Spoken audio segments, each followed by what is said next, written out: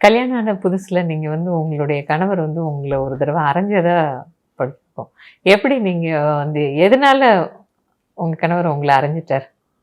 கன்னத்துல. அப்ப ஏன்னா வந்து கல்யாணம் எங்க ஆன புதுசு வேற. ஆ அவரு அந்த போல ஒரு இளம் மனைவிய வந்து அவரு ஒருத்தருக்கு வந்து அடிக்கிறதுக்கான மனசு எப்படி வரும்? எதனால அரைஞ்சார்?